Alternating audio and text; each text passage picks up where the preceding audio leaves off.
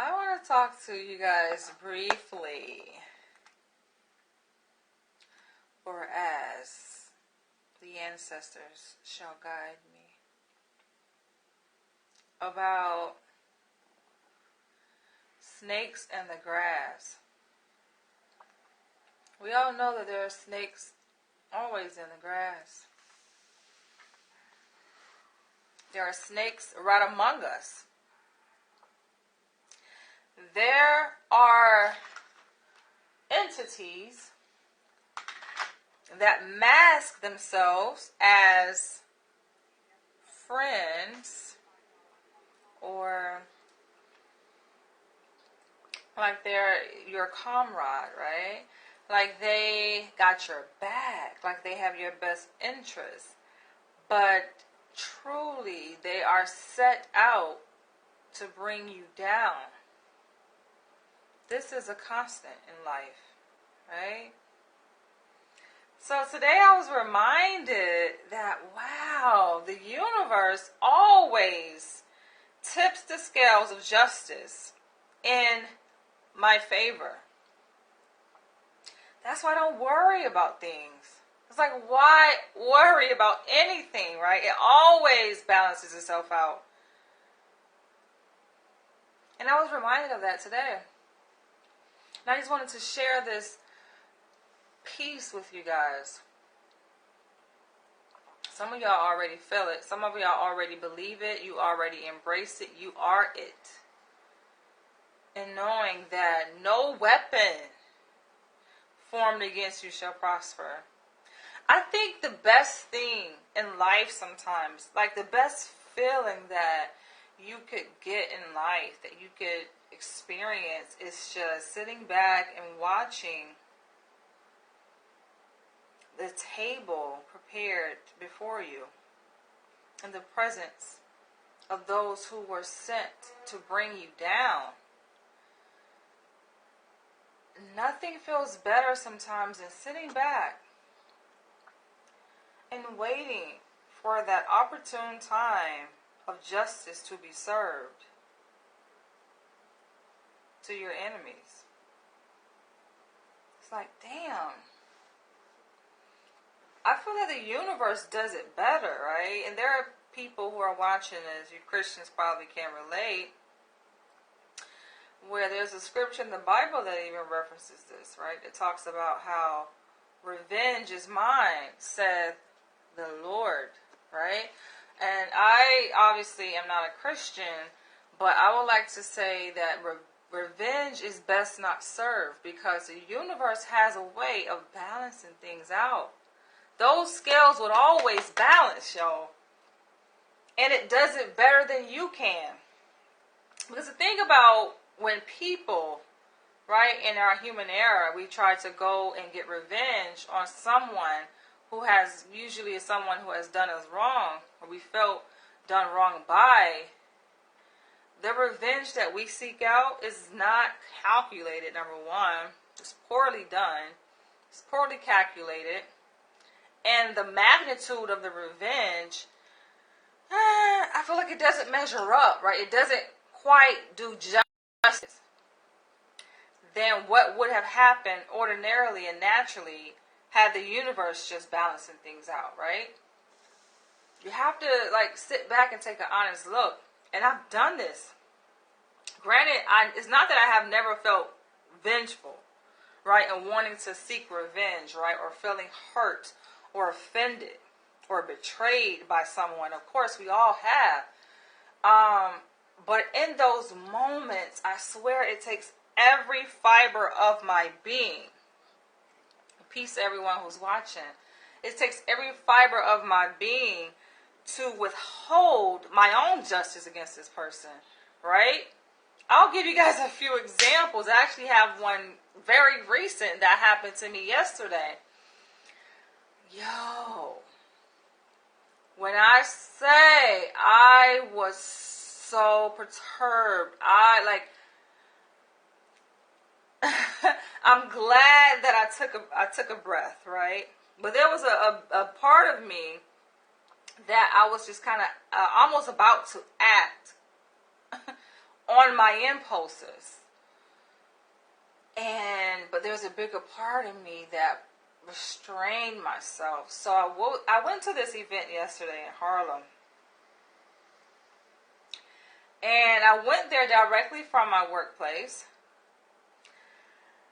So I didn't have time to eat dinner, essentially, right? I got dinner at a place nearby nearby the event, and I brought the dinner inside of this establishment, but I didn't bring it inside the theater necessarily. I was in the foyer area or the lobby area, whatever you want to call it. They had seating there, which I've been to this place numerous times before.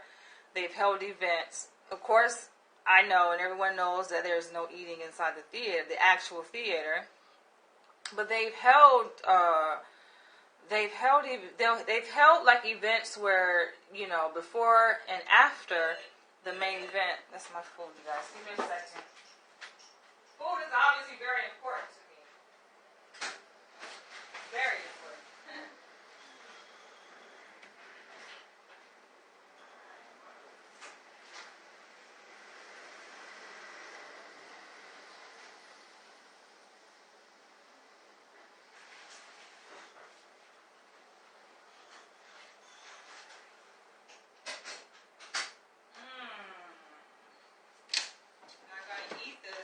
Take a bite real quick though. Oh, yum. Yo, these wings are bomb.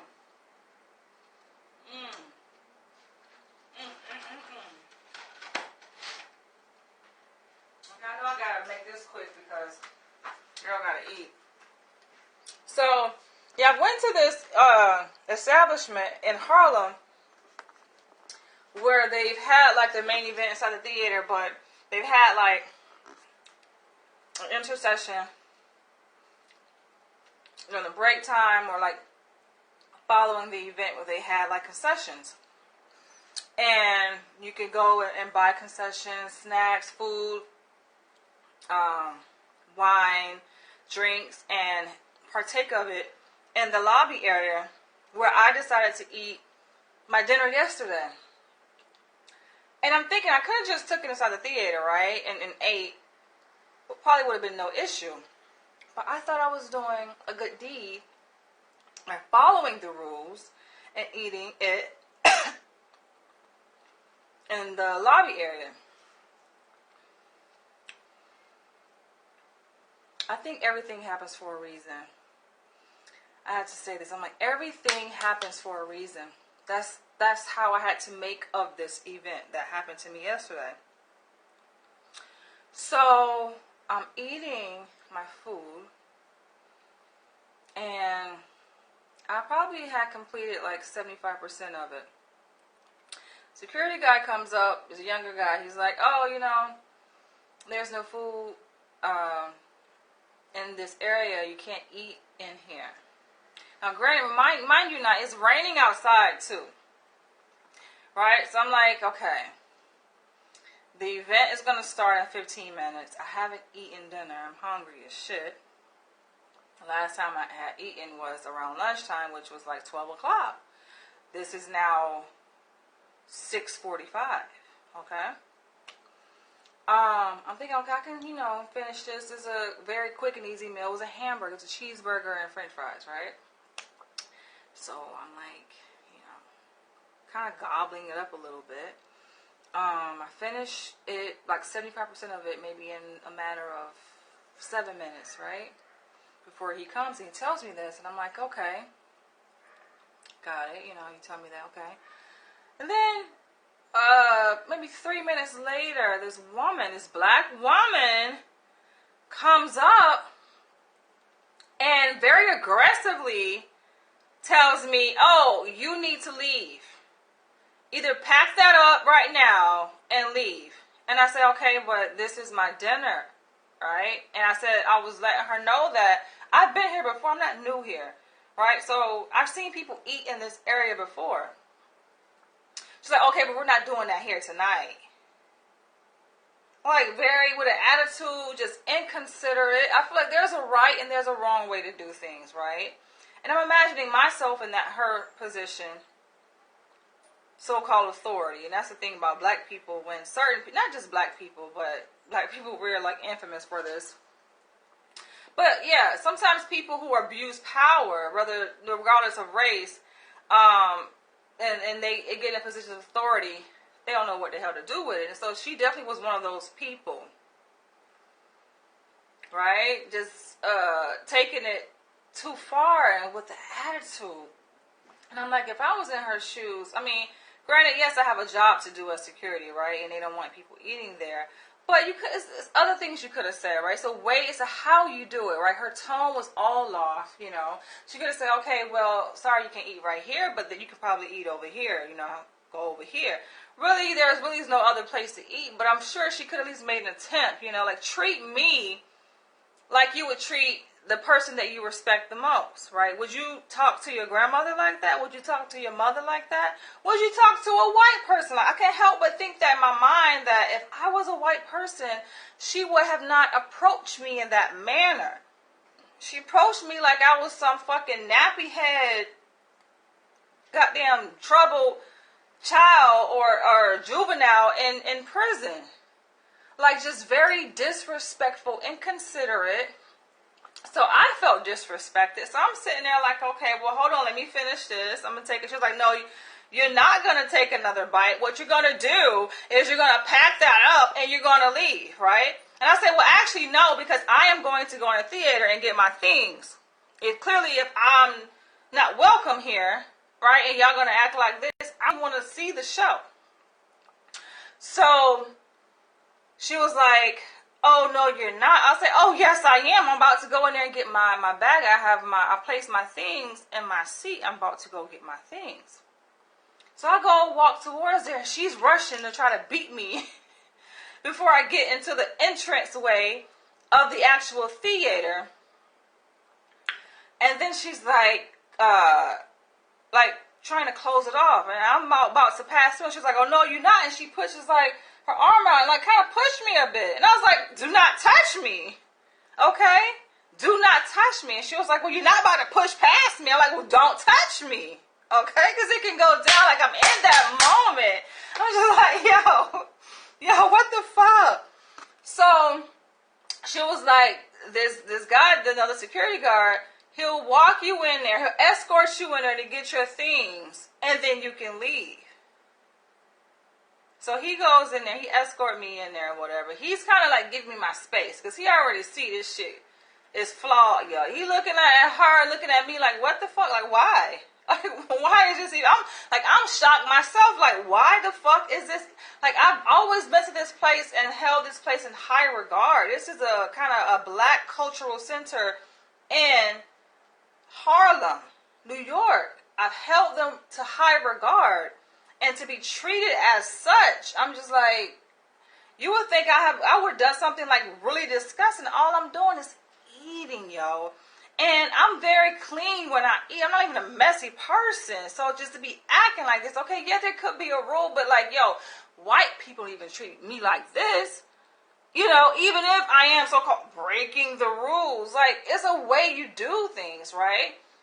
Police don't even fucking, like, come on, you know, you've been out in public and they say, okay, well, you can't stand here or you gotta do this or whatever. Like, it's a way you do things, but the way, like, she treated me, that's what I was upset by, right? So I go into the theater and get my things, but before I get my things, I take a seat.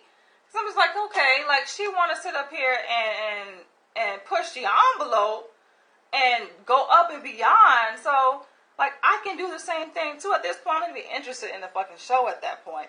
Like, it's about proving a point and letting these people know, like, no, you're not going to sit up here and, like, boss me around and do all of this for what? I said, it's not even necessary. So I go take a seat. Then the guy who's supposed to be escorting me, he comes behind, walk down to where I was sitting, which is, like, the front of the theater. And he was like, come on, you know, I don't know what happened, but let's handle this outside. And I'm like, no, we can talk about it right here. I'm telling him exactly what happened. I said, no, I don't care about these people.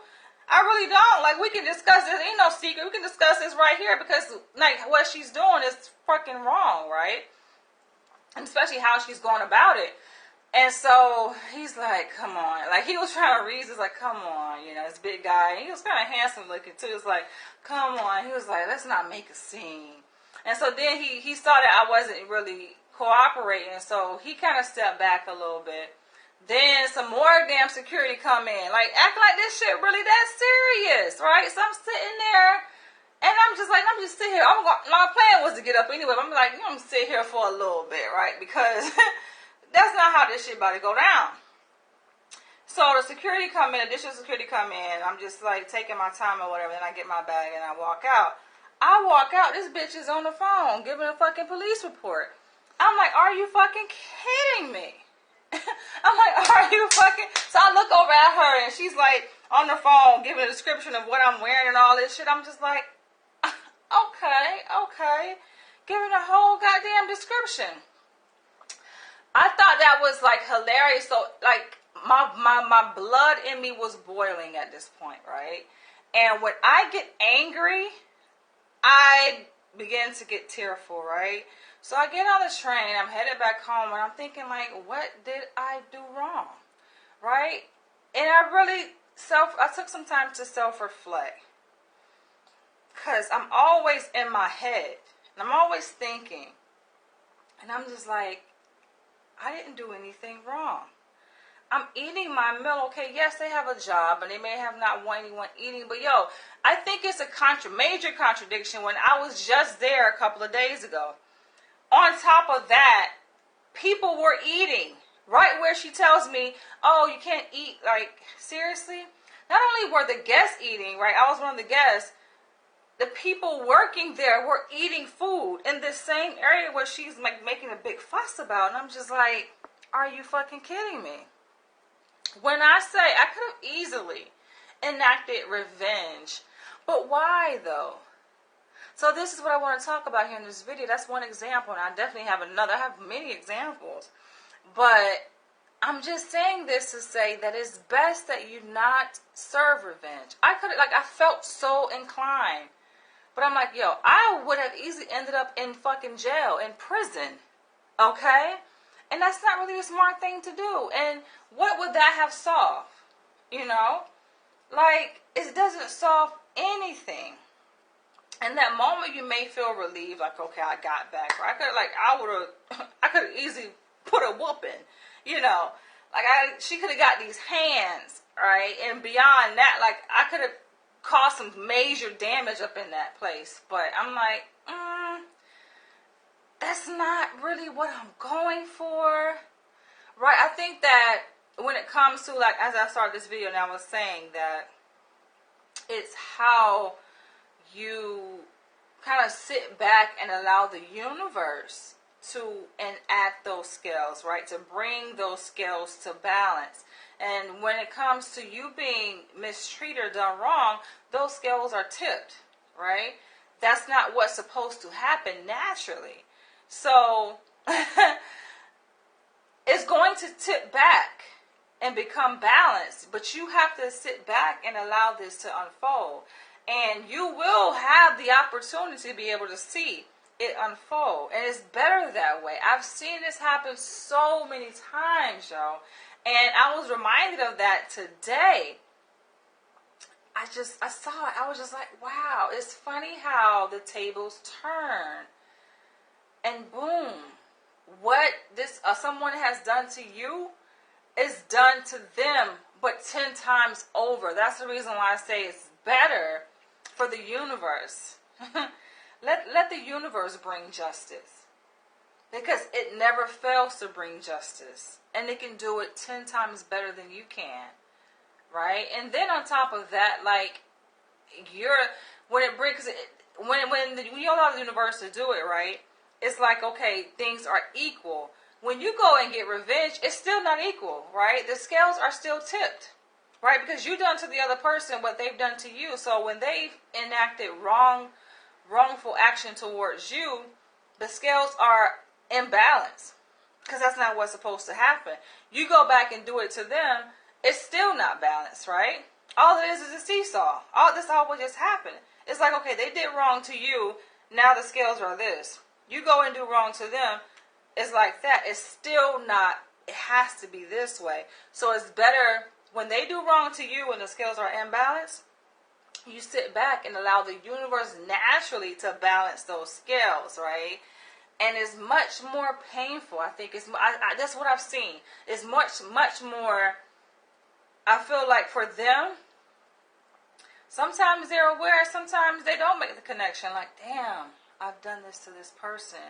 Now I'm getting my just due, right? It comes back. But I think a lot of times you are able to witness it. That's just been my experience. Like, I've sat back patiently and I've seen, like, and it just makes me feel so good inside, especially because knowing that I didn't have to do a thing. I didn't even lift a finger. I didn't have to do a thing, right? I just sat back patiently and waited, and that's what kind of happened today. I'm just like, wow. I got a whisper in my ear. This is when I was at the workplace, to see, because I mean, I feel like, yes, injustice is everywhere. It's all over the place. It's not a time or an instance where, a situation where, you know, you aren't like the subject or the object of being wrongfully treated. And especially as a black person, I feel like we are just extra targeted. I mean, racism is real, and I have to just say this out loud and emphasize that, listen, I am Pan-African. I'm definitely pro-black. Don't get it mistaken. Yes, I work in the context of a system and that is perceivably dominated by white people.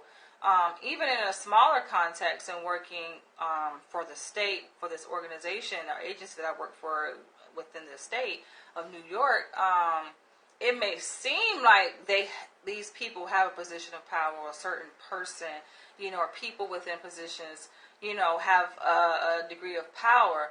But I think that there's always this kind of spiritual aspect kind of at play.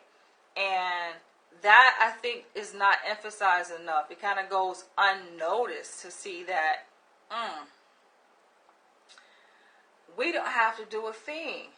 Like, as above, so below.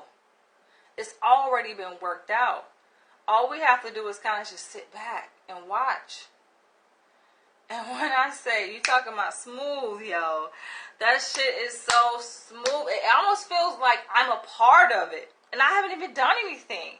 I have not even, but it feels like I am somewhat a part of this balancing of the scales. And why does it feel that way? Is because, in a sense, we're spiritual beings first and foremost, right? And it's really about perception and knowing that who you are. We are God beings. So if it's the universe's responsibility to enact justice, and if we truly believe that we are God beings and we are one with the universe, then who is enacting justice? So, yeah, I got a chance. I got the pleasure to see it unfold, and it's still happening, right? And that's why I'm not worried when people intentionally set out to do wrong, especially people who are not melanated, right? Who are not of our same frequency and vibration. These people are not well intended towards us.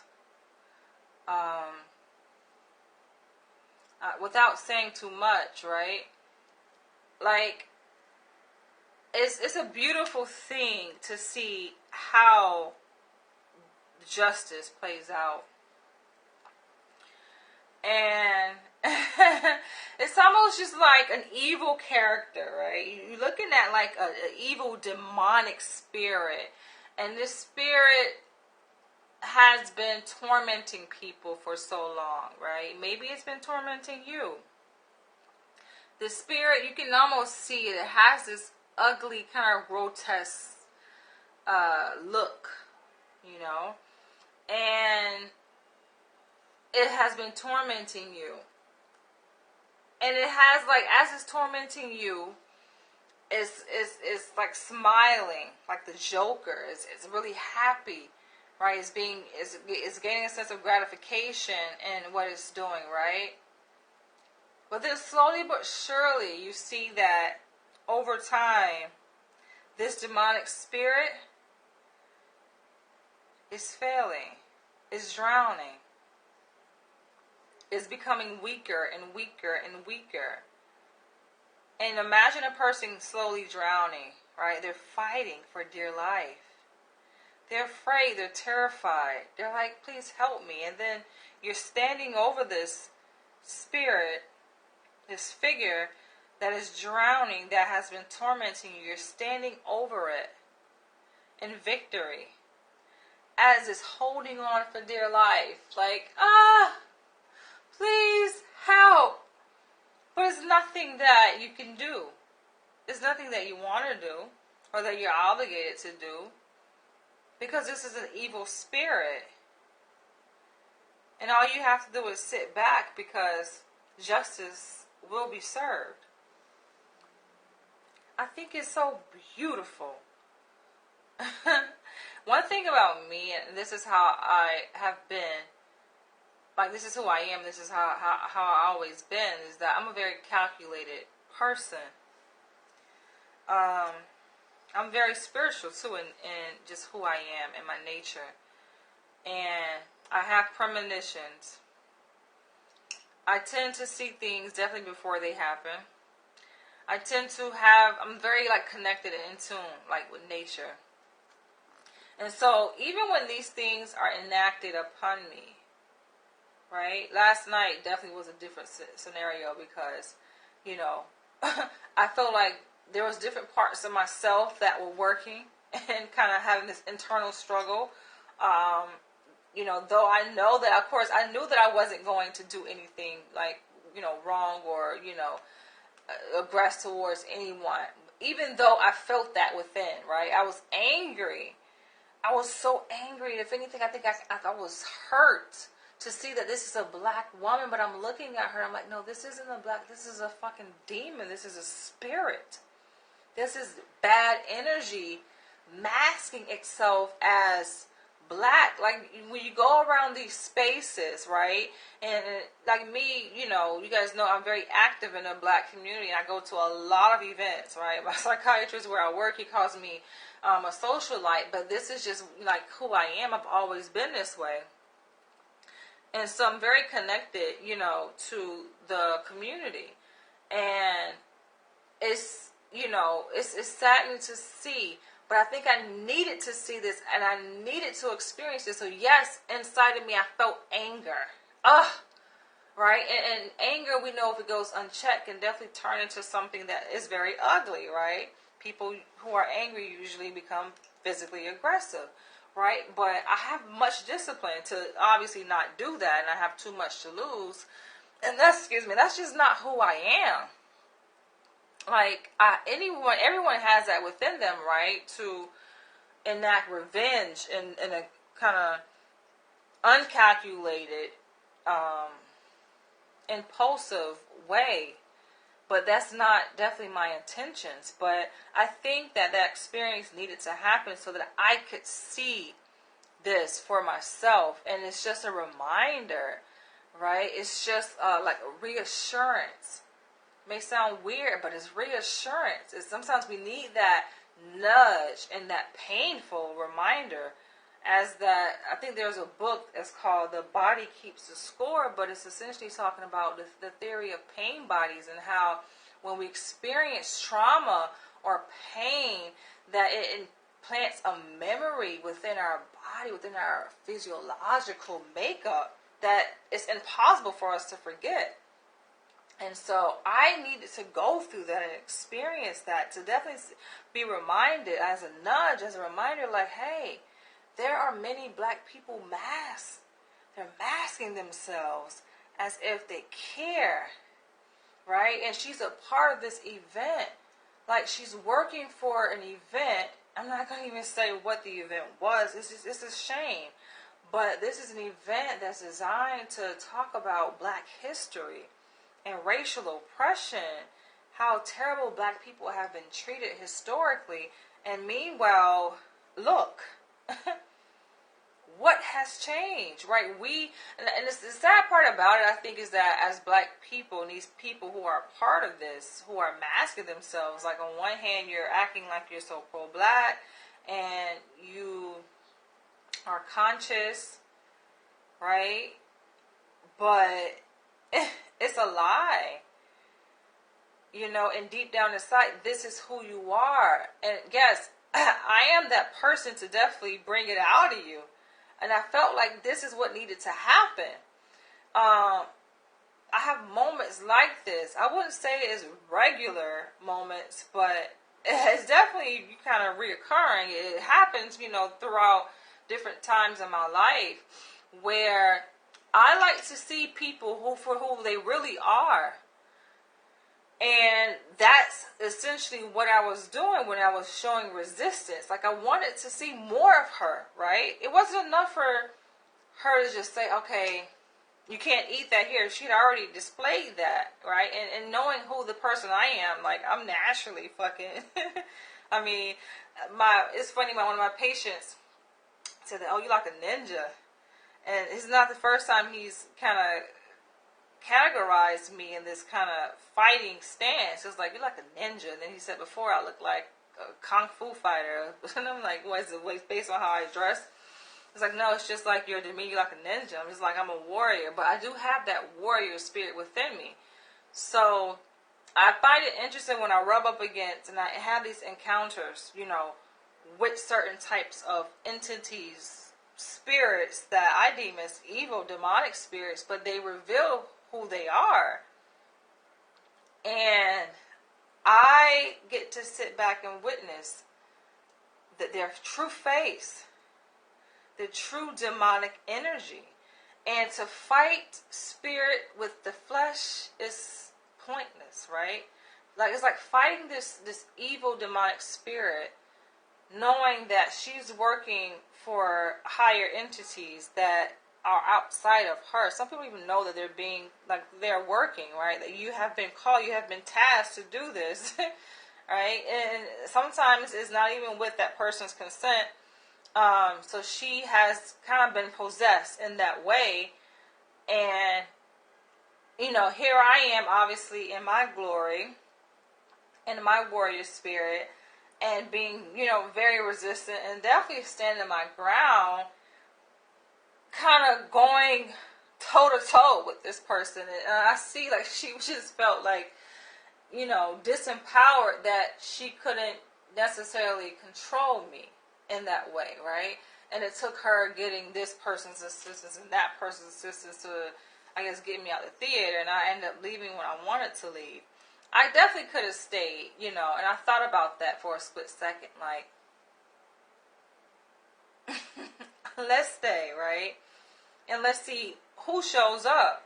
Now, granted, that's a big risk, especially in this day and age, right? That's definitely a big risk, because it could have been any number of different types of officers that could have showed up to that venue, right, to respond to this incident, right? She essentially wanted me to leave, right? And given that I wasn't, right, and she was, you know, trying to be forceful upon me in a very ineffective way. And I saw that the more that I was resisting, the more she felt like she was losing her power. That's one thing, like, it's not going to work with me. Like, you can't try to assert whatever power you think you have over me and assume that it's going to work. If anything, that person, if you are that person, right, and in these scenarios, these situations, you're going to just feel more shitty than what you did before you started with me. So it's better to just, you know, leave good enough alone. Because I'm not the one. I'm certainly not the one. And I saw that's how she felt. I saw it, like, I felt her energy. I saw it all over her face. Like, she just felt defeated. You know, I felt hurt in that situation, and I think, like I said, it was a good kind of hurt, because it was just like, okay, this is a reminder of the reality and what you're faced with. You know, dealing with black people who mask themselves as being pro-black, but yet they are not good intention or well intentioned. And she definitely was not African American.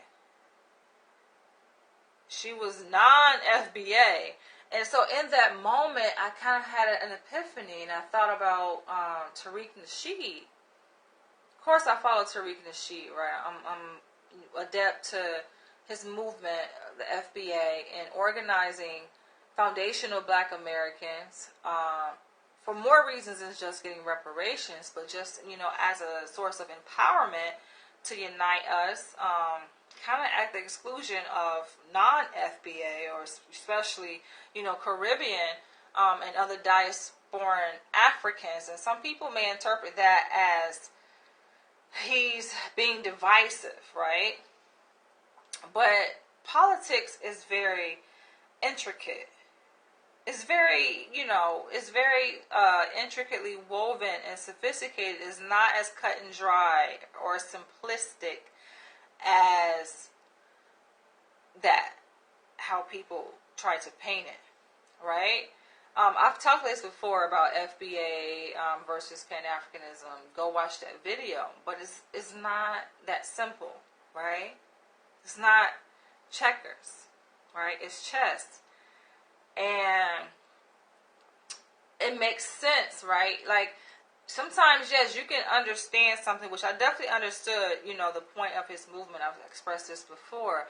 But you gain a deeper understanding of it as you go through experiences in life. I value experiences, whether it makes me feel shitty or good. Like, I felt good, you know, I felt good, I think, retrospectively. I felt good in the moment, because I saw that, you know, clearly she was defeated and not winning. Of course, I had a mixture of emotions. I felt hurt seeing that, okay, wow, you know, not expecting that from a person who's masked in a certain way, you know, as a black person, especially in the context of the type of event that we were at, you know. So of course, you know, it didn't meet my expectations, and I'm a bit thrown off and shocked by that. But I needed that, and I remember, like, on my way home, though I was hurt, I felt a sense of, like, awakening. I'm like, wow.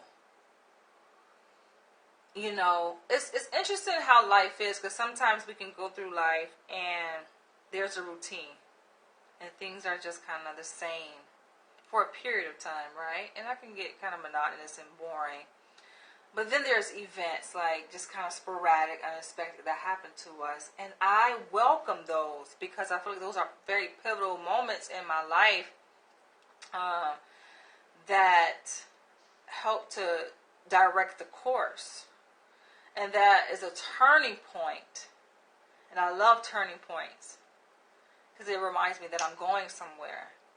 Right? I'm just not on this linear journey or circular journey, going in circles, you know, with, you know, no progress being made.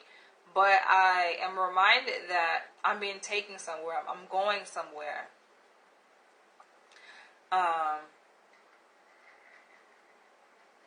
And these moments are kind of an impetus, you know, for change to happen. I can feel change happening within me. I felt like I was going through a catharsis, and I felt like I was going through, like, this metaphysical change as I was on my way home. I can feel it, right? As I was referencing, like, the pain bodies, the body keeps the score. Like, it's a good thing. I know, and I didn't read that book, but, you know, I've been exposed to it, and I've talked about it in the context of the theory that is breaking down. I see that it's kind of portrayed as a negative thing, but it's not necessarily entirely negative, right? I think the body needs to keep the score, you need to remember pain. It serves a purpose, right? That's how it's encoded in your memory bank. And I'm very thankful and welcoming of that. I'm just like, yes. I felt like this is part of growth. Like I'm growing in this moment. You know? That's just how I felt yesterday. And I just felt like, wow. It was a sign. It was an indication that meant so many things to me. That's just how I came to understand that experience in such a very small amount of time on my way back home. And I was reminded, like, damn, good things are coming my way. That's how it usually happens. Because why? Like, I didn't deserve that. But it's a lesson. And in that lesson was something very invaluable, I would say. It's a blessing. And usually when one blessing comes, more blessings come. Right? It was a test, too. And I'm just like, wow, this is so... for this to happen, like, I feel like for these events to happen, as I'm reflecting now, this happened yesterday. And then today, with this balancing of the scales happening in my workplace, it's just like, damn, there is a shift, which I've said this on my profile, my social media.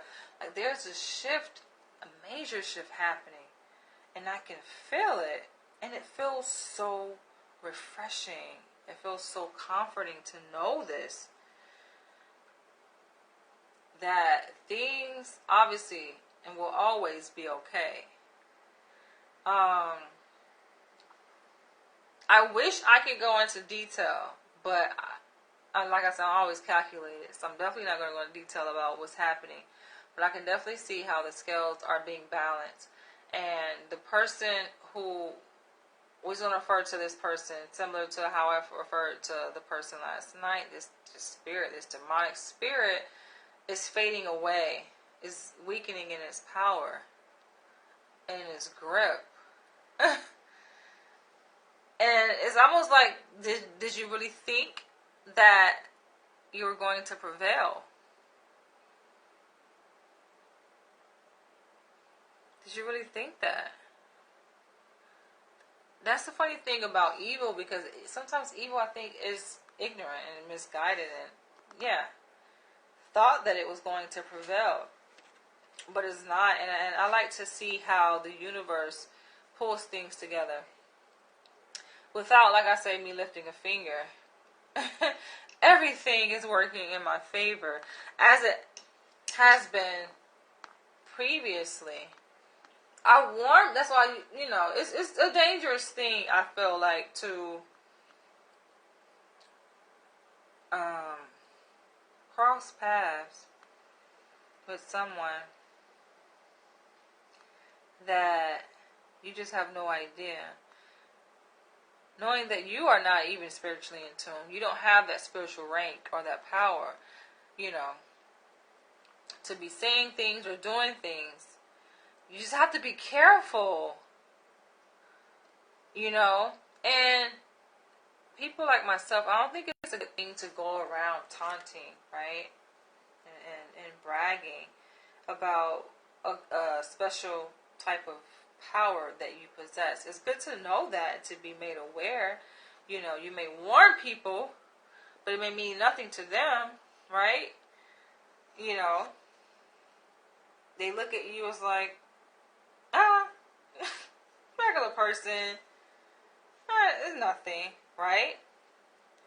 But you better be careful. I've said this before, and wise people get it. I've said this before. I remember very distinctly, and I'm about to wrap this video up because I gotta have dinner. But I remember very distinctly. Like, I've always been spiritual. There was a point in time where I would identify as Christian, but beyond being Christian, identifying with a specific religion, I always knew I had a certain kind of power, possess, a certain kind of energy. right? And I remember I was speaking to this person who somehow was under the guise of someone who was like more so a non-believer. And it can be scary. I've done this. Like, for me, because I have so much compassion, I don't like to scare people, right? Because I feel what other people feel. And like, it kind of hurts. Like I say, it hurts me more than it hurts you. It's true. But sometimes, like, you know, when you have that spirit, it's operating through you. And sometimes you have to just show people. You have to just, like, listen, as a warning, kind of, right? So I've done that in time before to warn, you know, people, like,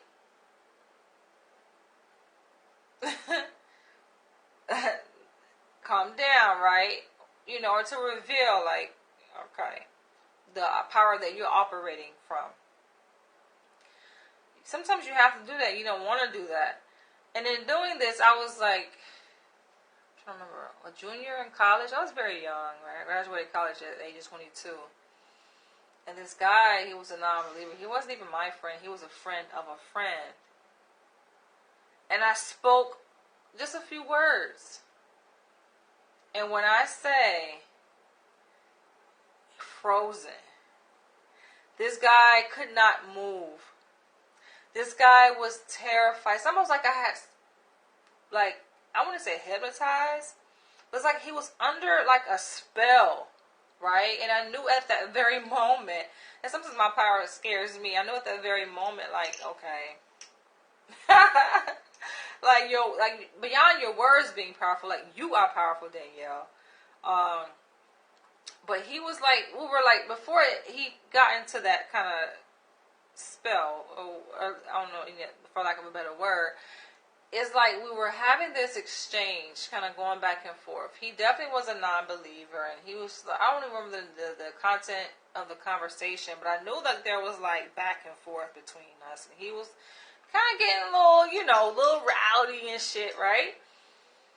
And I spoke very clearly, directly at his spirit that was controlling him, that was within him, speaking through him. And it's like he shut down. Just nothing. That was it. He was like, he could not move. He just was like standing there. And I said to him, I spoke like I spoke a premonition over him, right? Over him, his life, essentially. He was afraid to take a step forward. Because if he felt that if it was going to take a step forward, he felt he was going to die in that moment. It's almost like he had to ask me for permission and to be very apologetic. And I smiled, like, you don't have to apologize. But he was so apologetic in that moment because he felt like if he had not received my forgiveness, he was going to die. But I essentially spoke, I want to say death, but that's kind of what it was. I spoke that upon him, and he knew it was true. He believed as such that he was going to die. It's nothing to be played with. Like, some people definitely have different spiritual ranks in this life, in that they are connected to certain powers, you know. And this may sound weird to some people, right? But for lack of a better expression, and for what you guys can understand, like, you just gotta be, I've said it before, you just gotta be careful. And some people can just show you better than they can tell you, you know. And I definitely don't, like I say, this is not definitely that's not like my intent is just to love people, right? To be kind, and I'm very forgiving person. But yeah, it's just a reminder of, you know, the power. And I feel like this is not just me. I feel like we all, I've said this before, about spiritual gifts. I made a whole video on spiritual gifts, right? We all have them. It's a matter of tapping in, tapping into those spiritual gifts that you know that you have, that ability, because it's in you. Go check out my video on spiritual gifts. I made this back in, 2020, when I first moved back to New York. But yeah, shit is real. I'll give you guys one more example. Living in Los Angeles, as I was in my doctoral studies, and I was at a clinical site, right? One of my clinical rotations. Another black person, another black woman, supervisor. I've kind of shared this before. But I just find it interesting when people, I can see, and it's funny, I asked this when I was a young child. Like, I've always been spiritual, and I used to, I used to pray and just, kind of conjure up the ability to be able to see right through people, and to see, I want to see demons. Like, I'm 5 years old, having these kind of ritualistic sessions in my own room, conjuring up the ability to be able to see demons, and I always wanted this, right? And then I finally get it. And I don't think it's so much being able to see demons as it is being able to speak to them without even saying a word, but definitely being able to say a word too. Being able to do both, essentially, right? Speak to these evil spirits and be able to speak to, verbally, and be able to speak to them without saying anything. And I see that. I find it interesting, though. It's life is amazing. Life is, when I say, being in the same room, this person, and there's more than one person where the site I worked at, could not even stand in the same room as myself. That's some powerful shit. Not even saying a word. I show up as my kind self that I know I can be. Right? Very diplomatic and strategic. And this person couldn't, this is their office. I'm just an intern. I'm a volunteer, unpaid. And they're so terrified of me. Can't even. I just think it's funny because,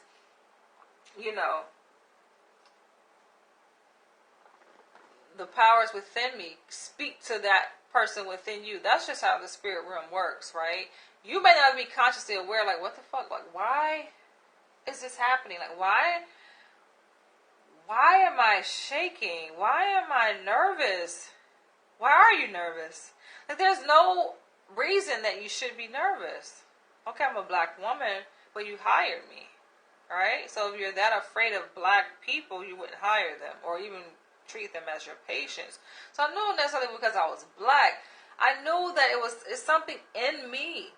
And this person said that. It's I don't know what it is. It's just something about you. She felt like she was going to war. I'm like, why do you feel like when we meet for supervision, you're in war?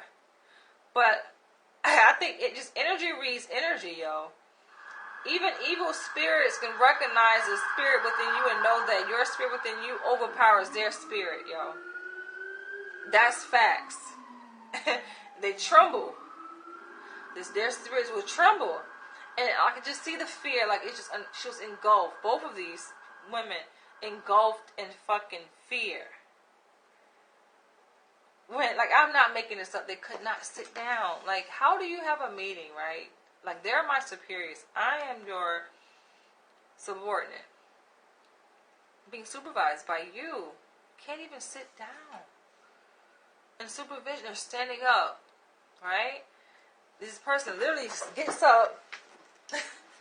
Right? Imagine this is the seating where we're supposed to be seating, right?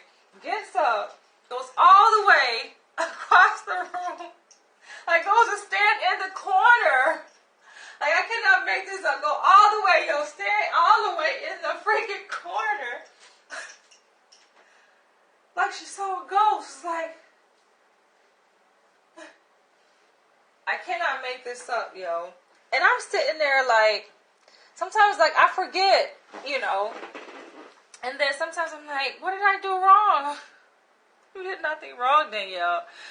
It's a spiritual warfare. That's essentially what it is. And go all the way to the other corner. Like, literally, I'm like, this person saw like a ghost. It just is petrified. And then she ends the meeting. The meeting just started. She ends it. No words were, nothing was said. I just, hello, how you doing? Hi, how are you doing? Like, I'm a kind person. Hi, how are you doing? Hi.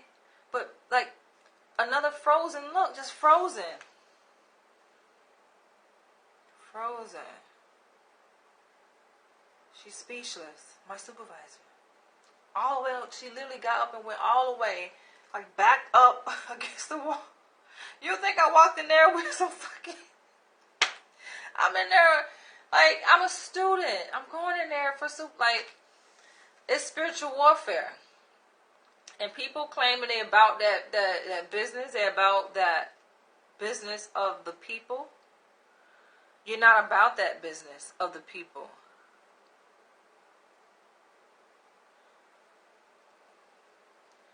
And you got to be careful. Some of us got some real, true, authentic, native blood. And there are ancestors that are living and breathing in us and working through us and doing the work. And I know that oftentimes, I mean, I just want to live a normal life or regular life, knowing damn well I don't fit in, right? But you just want to live and fit in with society. And forget about, the spiritual stuff, right? The stuff that kind of sets you apart from other people. But then you are slowly reminded, like, hold on, you're not the same quite, And you do have these spiritual abilities and powers and blessings and gifts. And you need to get back on that shit, you know what I'm saying? Because you have work to do. And I'm just like, right? So I just thought that I'd share that with you guys. And I also, want to emphasize the topic of this video. That there's no need to exact any kind of revenge on anyone. Just sit back. It's amazing the power of the universe and how things just, you don't have to lift a finger. Just sit back and trust and believe that the universe is always well calculated, better than you are. And everything is already predetermined anyway. As above, so below. It makes life really exciting. And knowing that there's more to this story that we call life. There's more to see, more to experience. And knowing that it's really not about you. And it damn sure wasn't about no goddamn hamburger, no fucking cheeseburger. And it's damn sure wasn't about that. It's never about the small stuff. It's always something deeper and something bigger. And you have to be wise enough to step aside and see the bigger picture. And I looked her dead in her eyes. And I let her feel my energy. She was mad. She ran. This lady, and she would not. It's funny because when I went in that theater, she did not come. She would not come down. Like, you better stay your ass far away. And it's not because I was going to put my hands on her. But sometimes people have to really see. And it's something that really words can't express. They just have to feel it. And, yeah. She definitely... Like, to the extent of calling the police. Knowing that it wasn't even that serious, y'all. It's one thing if a person's acting belligerent. I wasn't even that. I'm just sitting up here, my mouth is full with food. I'm trying to digest it and swallow it. And then meanwhile, I'm closing up I'm closing up my freaking package that the hamburger was in and telling her I'm about to go grab my thing. So it was just too much. I thought it was kind of funny though, but even though, yes, it was sad to see because there's so many layers that, this incident, this interaction could have been, interpreted and how I interpreted it. So that's definitely the reason why it elicits so many different emotions from it. But yeah, I'm excited. Oh my gosh, y'all don't get it. I wish y'all did though. Only certain people do. But I just feel so comforted, and I feel so reassured in knowing that I just feel like re-energized. That's what I feel. Not that I needed it, because life had been going steady, but even, with it going steady, it's just like, okay, life is good, but now it's just getting better. Let me eat my food. I'm going to catch you guys later. Feel free to drop your comments below. This video is really for people who definitely are in tune with themselves. When I speak of the universe, I essentially mean being in tune with yourself and allowing self, the God in you, the spirit force in you, to definitely balance those scales out. But that's what this video is for. People who are asleep consciously, you won't be able to understand this anyway. And if you don't, that's the reason why. Because this video is definitely not for you. And I say that about my other videos too. How somehow you guys stumble across my videos and think that it's for you, right? And you complain and say, oh, the video is too long. Oh, you took too long to get to the point. And it should be very clear that I'm not making the video with you in mind. In fact, if I'm making a video, right, and I'm not being considerate or thoughtful enough to shorten my video or be concise with my storytelling, then in spite of people asking me to and saying, oh, you got to make your video shorter, then it should be very clear that I'm not making this for you. It's not for you, right? And I can care less if you watch it or not, right? But I do appreciate those who do watch my videos and who it is for, and hopefully you were able to resonate. I'm sure you were, given that the video was for you. Catch you guys later. I'm about to dig into this food.